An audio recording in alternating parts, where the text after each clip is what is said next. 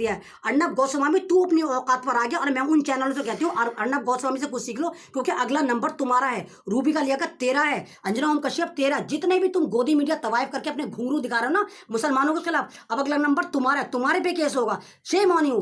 थू होती है तू कुछ भी भौंक कुत्ते की तरह भौंकता रहे, दल्ले की तरह यूं तालियां बजाता रहे, तो तू सोचता है कि तू बड़ा बड़ा सही जा रहा है। तूने देखा है हिजड़े की तरह तू तालियां बताता है। अबे तुझे इंग्लिश आती तो क्या है, केरला के फकीरों को भी इंग्लिश आती है। अगर तू सोचता है तुझे इंग्लिश आती, तू पढ़ा लिखा है नहीं गोस्वामी, तू पढ़ा लिखा है, तू जीरो है जीरो। मेले पे हमला करा, मेले पे सोनिया ने हमला कराया, ज्वाइंट उन्होंने हमला कराया, कांग्रेसियों ने हमला कराया, तेरे पे कौन हमला करवाएगा?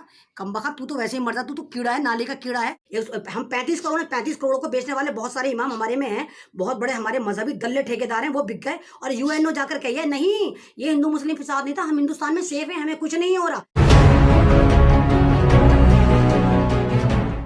हाँ जी, अस्सलाम वालेकुम, जय भीम जय संविधान। मैं अमन रिजवी आज फिर आपके सामने हूँ। जैसा आजकल आप देख रहे हैं ना, कल वो जो हमारा वो झूम झूम बाबा है, जानते होंगे आप उसको, अर्नब गोस्वामी क्या ड्रामे कर रहा था, क्या उसने पूरी कोशिश करी थी, इस दलाल मीडिया के दल्ले ने कितनी कोशिश करी थी कि किसी भी तरह सोनिया गांधी को लपेट लिया और ये कह दे कि बस वो जो था साधुओं को तो मरवाया था, बस वो किसी तरह सोनिया गांधी ने ही मरवाया था। अब सोनिया गांधी चुप थी, वो ज़्यादा खुशफहमी का शिकार कि सोनिया गांधी चुप हैं। वो लिस्टिंग हुई, वहाँ की गवर्नमेंट ने, महाराष्ट्र की गवर्नमेंट ने लिस्ट जारी करी कि वो मुसलमानों ने नहीं मारा था। 101 जो नॉन मुस्लिम हैं उनमें कोई मुसलमान नहीं जो लिस्ट निकली। अब ये परेशान क्या करें, अब कांग्रेस पे आप हाथ डालेंगे तो ऐसा थोड़ी कि वो चुप रहेंगे। अब ये थोड़ी मुसलमान थोड़ी हैं, आप उनको मार देंगे, काट देंगे, पीट देंगे, कुछ भी कह देंगे तो मुसलमानों का कोई भी लीडर नहीं बोलेगा। अरे हमारे लीडर तो ईमान फरोश हैं, लेकिन वो तो एक पार्टी है ना, वो तो बोलेगी ना। सोनिया गांधी नहीं बोली क्योंकि जवाब जाहिला खामोशी होती है। तू कुछ भी भौंक कुत्ते की तरह भौंकता रहे, दल्ले की तरह यूं तालियां बजाता रहे, तो तू सोचता है कि तू बड़ा बड़ा सही जा रहा है। तूने देखा है हिजड़े की तरह तू तालियां बताता है। अबे तुझे इंग्लिश आती तो क्या है, केरला के फकीरों को भी इंग्लिश आती है। अगर तू सोचता है तुझे इंग्लिश आती, तू पढ़ा लिखा है नहीं गोस्वामी, तू पढ़ा लिखा है, तू जीरो है जीरो। और आज जब तेरी फटकर हाथ में आई, जब 29 स्टेट ने, जितनी भी स्टेट हैं, तेरे पे FIR दर्ज करी, क्योंकि वहाँ पर सोनिया गांधी का कोई केस ही नहीं आ रहा था, तू तो पूरा का पूरा इस चक्कर में था ना कि बस टैग कर दे कि वो हमला सोनिया गांधी ने करवाया है, कांग्रेस ने करवाया, कांग्रेस ने मरवाया है। अबे हरामखोर, ज़रा उठा के देख, कांग्रेस का इतिहास नहीं उठा कर देख तो सोनिया गांधी का ही देख ले, नेहरू फैमिली का ही देख ले। नेहरू फैमिली वो है जिसने इंदिरा गांधी को कुर्बान करा था, देश के ऊपर करा था, राजीव गांधी को देश के ऊपर करा था। और उनकी महानता देख कि सोनिया गांधी ने राजीव गांधी के कातिलों को माफ़ कर दिया था। तेरे घर की मक्खी भी शहीद हुई है भारत के लिए, है हुई है क्या? तालियां बजाता रहता है आके हिजड़ों की तरह, है क्या तू, है क्या तू? और क्या कह रहा है भारतवासियों, कितना बड़ा ड्रामा है तू कमीने। रात को आके तू क्या कह रहा है, मेले पे हमला करा, मेले पे सोनिया ने हमला कराया, ज्वाइंट उन्होंने हमला कराया, कांग्रेसियों ने हमला कराया, तेरे पे कौन हमला करवाएगा? कमबख्त तू तो वैसे ही मर जा, तू तो कीड़ा है, नाली का कीड़ा है। और तू तो इतना बड़ा देशभक्त हो जाता ना, कुर्बान निकल जाता, भारत के लिए कुर्बान हो जाता। तू तो सच बता रहा था, तो ये तो नहीं सच्ची थी, तो तू भारत के लिए कुर्बान नहीं हो सकता था? गाड़ी से उतर जाता, कह देता हाँ हाँ मुझे मारो, हाँ हाँ मुझे मारो। तू तो देश के लिए कर रहा है ना। कैसा रात तू बकवास कर रहा था, भारतवासी मेरे साथ हैं, तेरे साथ कोई नहीं है, भौंकते हुए कुत्ते तेरे साथ कोई नहीं है। तू तो कुत्ता है, तेरी तो वैल्यू कुत्ते से ज़्यादा नहीं है, तू तो नंगा हो गया, अब नंगा हो गया। और तू क्या कहता, तुझे क्या लग रहा है कि वो चुप हैं? क्योंकि जाहिल वो इसलिए चुप हैं, कांग्रेस को मैं सपोर्ट नहीं कर रही, मैं गांधी परिवार को सपोर्ट कर रही हूँ, मैं सोनिया गांधी को सपोर्ट कर रही हूँ। जाहिल दल्ले, तुझे तमीज़ नहीं, तू इतनी ग्रेट लेडी, इतनी तेरी माँ की उम्र की लेडी पे तू बकवास बकवास हाँक रहा है, तू पागल है। तो तेरा तो जवाब जाहिल जाहिल है, तू तो जाहिल है, और जवाब जाहिला खामोशी होता है। तो तुझे क्या लगा था कि तू कुछ ही भौंक देगा, कुछ ही बकवास कर लेगा, तू मुसलमानों के खिलाफ बोले जाएगा, तू दलितों के खिलाफ बोले जाएगा, तू मजदूरों के खिलाफ बोले जाएगा, कोई कुछ नहीं करेगा। तूने पागल समझ रखा है क्या? और फिर तू भारतवासी भारतवासी भारतवासी करेगा। भारतवासी कौन? तेरे साथ कौन है? तेरे साथ कौन है? तू ही होगा तेरे साथ, या तेरे साथ वो मुट्ठी भर होंगे RSS वाले जिनका तू नफरतों का कारोबार करता है। तूने तो चकला चला रखा है, चकले में नहीं होते, वो खड़े रहते हैं बाहर, मर्द जो खड़े रहते हैं सिपह सलार बाउंसर बन के, तू वो बाउंसर है, तू वो चकला चला रहा है जो बाउंसर है। तुम्हारा पूरा जो गोदी मीडिया ना, तुम चकला चला रहे हो, तुम पूरी तवाइफ मीडिया, तुम्हारे मुजरे जो चल रहे हैं ना, सिर्फ मुसलमानों के लिए चल रहे हैं, दलितों के लिए चल रहे हैं, मजदूरों के लिए चल रहे हैं। क्यों नहीं दिखाता? तुझे पता तो होगा भी, एक डॉक्टर ने खुदकुशी करी है, पता तो होगा ना तुझे, डॉक्टर ने खुदकुशी करी है, डॉक्टर राजेंद्र सिंह ने खुदकुशी करी है। और क्यों करी है तुझे ये भी पता होगा कि वहाँ का विधायक, देवली का विधायक जो था प्रकाश जायसवाल, आप पार्टी का ही था, तुझे पता तो होगा क्यों करी है, तूने क्यों नहीं दिखाई, क्यों करी है खुदकुशी डॉक्टर साहब ने इसलिए खुदकुशी करी है कि उनके पास खाने का ठेका है, जो लोग क्वारंटाइन हुए हैं वो उनको खाना देते हैं। और ये विधायक जो है ना जायसवाल जो है, ये कह रहा था नहीं खाना मत दो, मुसलमान मर रहे हैं, क्वारंटाइन में मर रहे हैं, भूखा मरने दो, लेकिन सारे पैसे मुझे रिश्वत के दे दो। जब डॉक्टर साहब की जिंदगी इतनी हराम कही तो 3-4 दिन पहले उन्होंने खुदकुशी कर ली। लेकिन तेरा मीडिया, दलाल मीडिया, जिस भारत की तू बात कर रहा है ना, वो डॉक्टर भारतीय था, मुसलमान नहीं था, सिंह था, वो राजेंद्र सिंह थे, वो मुसलमान नहीं थे। तो क्यों नहीं दिखाया तूने, क्यों नहीं दिखाया? तू, तेरा मुजरा वहाँ पर चुनाव नहीं हुआ तो सारे मुजरे सिर्फ तेरे मुसलमानों को लेके, दलितों को लेके, एनआरसी को लेके, कोरोना टाइम को लेके, कोरोना वायरस को लेके शुरू होते हैं, है ना। सिर्फ जो कोरोना वायरस है वो मुसलमान है, जिहादी, उसके अलावा तू कुछ नहीं दिखाएगा। भाई मैं आपको बताती हूँ, एक हिंदू लड़की है, पूरी आरएसएस की एटम बॉम्ब है, एटम बॉम्ब, यानी कि यूँ कह दो कि आतंकवादी, भगवा आतंकवादी है, 14 साल की उम्र है, और लोकतंत्र पे भी शायद उसकी एक बार वीडियो लग चुकी है। इतना गंदा बोलती है, इतना गंदा बोलती है, इतना ओपनली बोलती है। वहाँ तो तुम उस पर रसूखा नहीं लगा रहे, उसकी तो तुम कोई नहीं बंद कर रहे। उसने साफ कहा है कि नेहरू जो थे, हमारे चाचा नेहरू जो थे, वो एक अय्याश आदमी थे, औरतबाज थे, मतलब वो इतनी गंदा बोले कुछ नहीं। और क्या कह रही है, बापू कुछ नहीं था, बापू जीरो था, बापू ने कुछ नहीं करा, ये था वो था। मतलब हमारे राष्ट्रपिता के बारे में वो ऐसी बोली तो वहां रसूखा लगना चाहिए, वहां नहीं लगेगी। और क्या कह रही है, हम तो गॉड से वाले हैं, गॉड से भगवान होना चाहिए था, गॉड से वो होना चाहिए था। यानी जिसको भारत का पहला आतंकवादी घोषित करा गया गॉड से, ये उनको मानने वाले हैं और मीडिया इनको सर्कुलेट कर रहा है। इन पे कोई कार्रवाई नहीं है।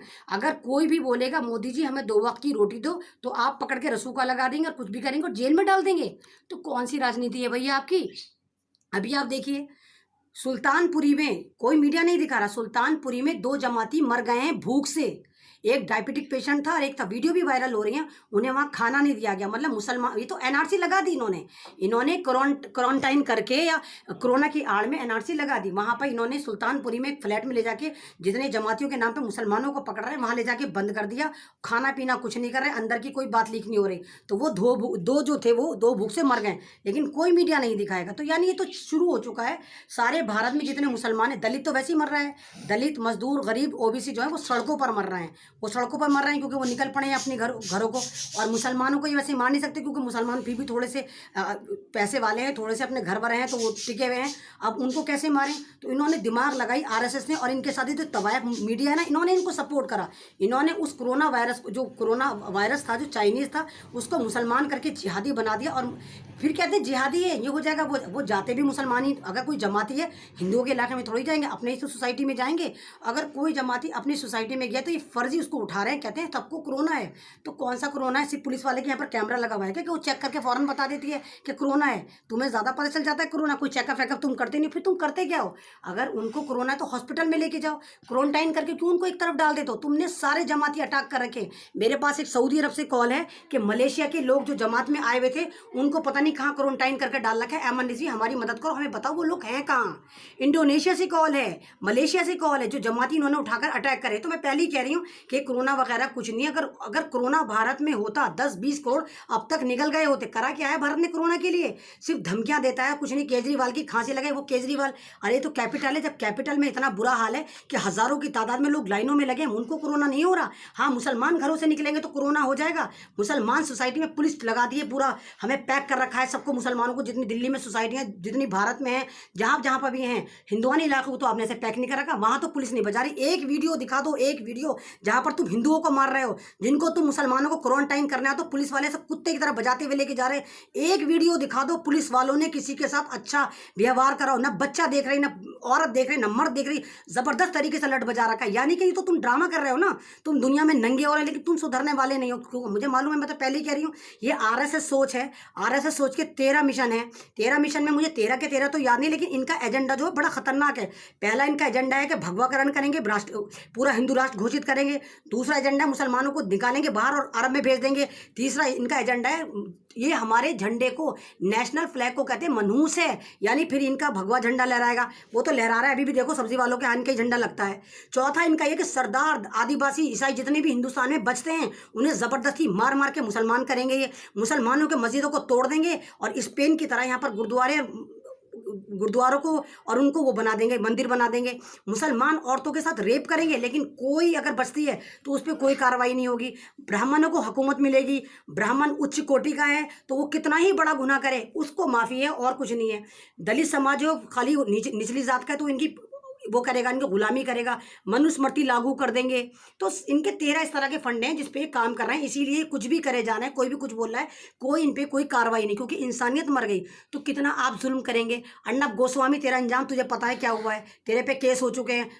रूबी का लियाकत, तू भी अपने मुजरे बंद कर दे क्योंकि अगला नंबर तेरा है। उसके बाद अंजना ओम कश्यप, तू भी बड़ी आती है ना, आती है अपने पूरा का पूरा, तू अपना मुजरे दिखाती है, यहाँ पर तबलीग करती है ना, तो वहाँ क्यों नहीं दिखाया? लातूर में जो 2300 छुपे हुए हैं साधु, उनको क्यों नहीं बता रही? तो वहाँ पे छुपे हुए हैं, वहाँ तुम्हारी मौत आ जाती है, तुम्हारे मुंह में जो है वो फेविकोल चिपक जाता है जब तुम दिखाते हो। तुम्हें सिर्फ वायरस को मुसलमान मुसलमान मुसलमान बिरयानी, मुसलमान मुजाहिद, एटम बॉम्ब, फलाना बॉम्ब, ये बॉम्ब, यही करना आता है, इसके अलावा कुछ नहीं आता।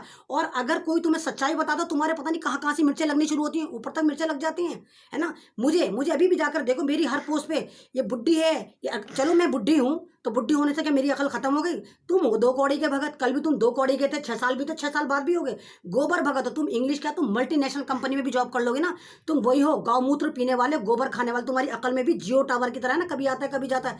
2 कौड़ी के हो तुम हो क्या? भारत माता करते हो, माँ की कभी इज्जत करिए? इतनी गालियां मुझे तुम देते हो, कितनी गालियां दोगे? मैं पूरे भारत के लिए खड़ी हूँ, मैं दलितों के लिए खड़ी हूँ, मैं हर गरीब की आवाज़ हूँ, मैं हर मुसलमान की, हर मजलूम की आवाज़ हूँ। मुझे मारोगे मार दो, मुझे डर नहीं लगता, क्योंकि मैं सुप्रीम खुदा से डरती हूँ, मैं ज़मीनी खुदाओं से नहीं डरती। मेरी मौत होगी तो मैं अभी गिरूंगी, अभी मर जाऊंगी। मैं 7 जन्म वाली थोड़ी हूँ कि अगले जन्म में मैं आऊंगी तो गोबर भक्त बन जाऊंगी। मैं तो इसी जन्म वाली हूँ। और तू क्या सोच रहा है अर्नब गोस्वामी? हमारे जो मजहबी ठेकेदार हैं वो कैसे जा के इस डिबेट में बैठते, 15-15, 20-20 हज़ार लेके हार कर आते हैं। क्यों जाते हो भाई तुम? सारे मजहबी ठेकेदार, तुमने हमें बदनाम कर रखा है, मुसलमानों को बदनाम कर रखा है। आपको याद होगा भारत में एक दफ़ा मुसलमानों का कत्लेआम हुआ था, उस वक्त इंदिरा गांधी की हुकूमत थी। तो जब इन्होंने इतना मुसलमानों को मार काट करा था तो सऊदी अरब ने पेट्रोल बंद कर दिया था। अब इंदिरा जी परेशान थी, उस वक्त इंदिरा जी की हुकूमत थी, इंदिरा जी ने माफ़ी मांगी और मुसलमानों के बहुत सारे इमामों को इन्होंने कलेक्ट करा और सऊदी अरब भेजा माफ़ी मंगवाने के लिए। उसका रिजल्ट ये निकला कि सऊदी अरब ने पेट्रोल शुरू कर दिया।